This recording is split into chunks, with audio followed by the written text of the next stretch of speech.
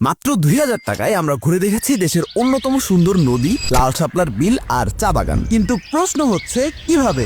চলুন আজকে সস্তায় সিলেটের গল্প শোনাই।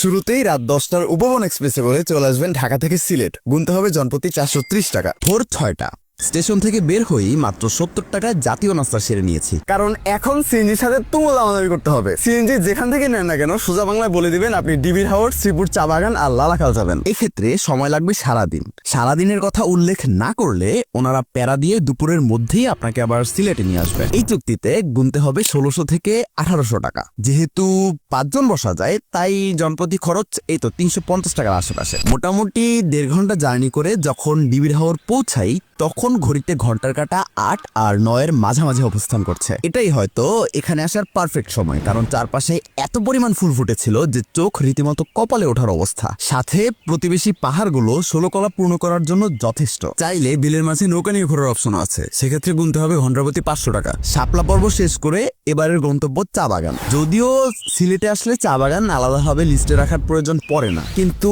এবার ইচ্ছা ছিল পাহাড়ের সাথে চা বাগান দেখবো, আর এর জন্য পারফেক্ট অপশন শ্রীপুর চা বাগান। যদিও বর্তমানে চা বাগানের বেশিরভাগ অংশই ধূসর, মানে এখানে আসার পারফেক্ট টাইম বর্ষাকাল, কিন্তু লোকেশনটা শাপলা বিলের কাছে হওয়ায় অনুশোচনার সুযোগ ছিল না। এতক্ষণে চোখের শান্তি হয়ে গেছে ঠিকই, কিন্তু পেটের জ্বালা মেটানোর জন্য প্রয়োজন খাবার। ড্রাইভার মামার সাজেস্ট করা একটা হোটেলে এসে বুঝলাম এটা একটা ঝুপড়ি। খাবারের কথা তখনও জানতাম না, কিন্তু সাধারণ একটা হোটেলের অসাধারণ ভিউর প্রশংসা করতেই হয়। তবে হোটেলের মতো এখানকার খাবারের মান অসাধারণ। অবশ্য র্যান্ডম একটা জায়গায় ভালো কিছুর আশাও ছিল না, শুধু জনপ্রতি 200 টাকার লসটা মেনে নিতে হয়েছে। অন্যদিকে আমাদের এবারের গন্তব্য সোশ্যাল মিডিয়ার সেলিব্রিটি ডেস্টিনেশন লালাখাল।